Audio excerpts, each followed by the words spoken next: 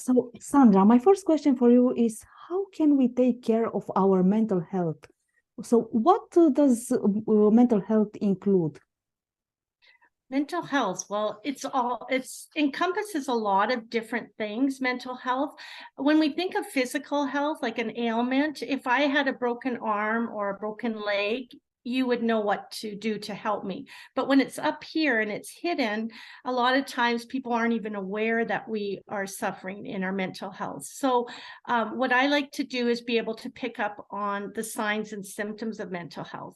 So when you think of a sign, it's something visual you can see, right? When we're driving down the street, it might say 10 miles to the next town.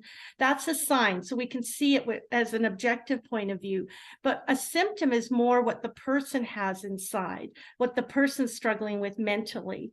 So we have to be aware of both signs and symptoms. Now, the symptoms can often start out in physical ailments. A lot of times people will complain of headaches or stiffness in their neck or across their shoulders. They feel a lot of soreness, but a lot of times that's a sign of more that's going on mentally for the person. So we have to be able to know what questions to ask and be able to listen, and not listen to respond, but listen to be able to understand where the person's coming from.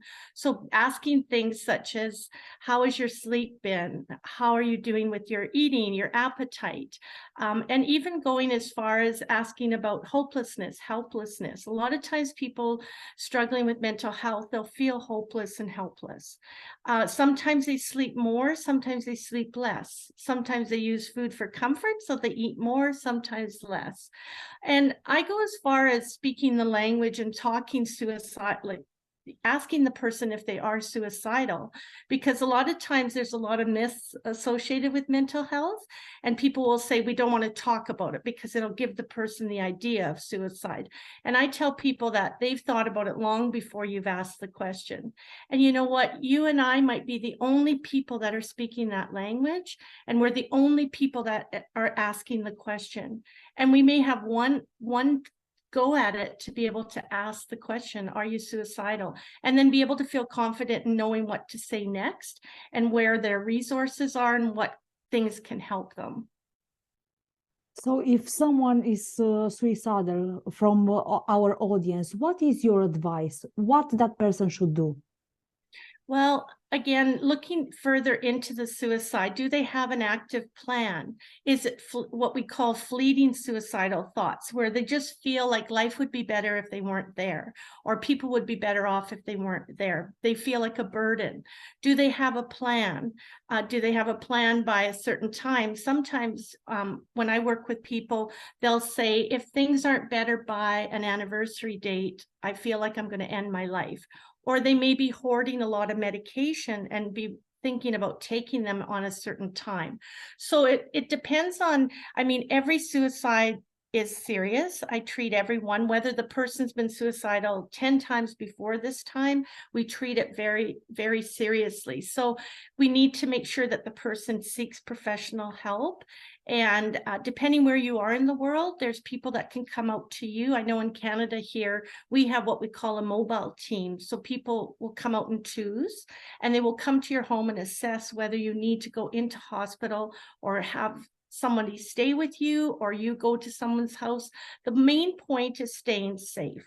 So a lot of times I will even use written contracts with people, where I will contract with them and write out a contract that we both agree that you're going to stay safe between now and tomorrow morning. And we can do it in increments. Sometimes it's a verbal contract, and sometimes it's a written one. But the main thing is to stay safe. So we need to sometimes take them to the emergency ourselves if they're willing to go. Sometimes we have to call 911. And people don't give themselves credit when they just pick up the phone and call a 911 and get some professionals to take over. They really have done a great job just by doing that, because we don't always know everything. And it can be scary for the observer too, right? It can be scary for our loved ones. When someone's suicidal, they don't know what to do. So. And what is causing the suicidal thoughts? There's a variety of things. Sometimes, often it's what we say. People will have a lot of what we call comorbidity, where they'll have 2 or more diagnoses. So they may have depression and they have anxiety. And often people will get help for the depression, but that underlying anxiety has never been addressed. So the depression sort of settles, but that underlying anxiety is still there. And then they go back out into the world, say they're in the hospital setting, then they get back home, and just things, their environment can be very traumatic. People who have grown up, like myself, grew up in a dysfunctional family. I didn't have a lot of control in my environment. So I created my own control. And that's how my OCD, I believe, developed at a young age of 3 and 4.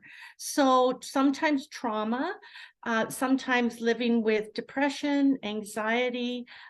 There's also a genetic predisposition. So if you have family members that are depressed or have a pattern of depression, that can also cause it. There's genetic studies that are being done where the responsible neurochemicals are called serotonin and norepinephrine, and those are the neurotransmitter chemicals that are responsible often for depression.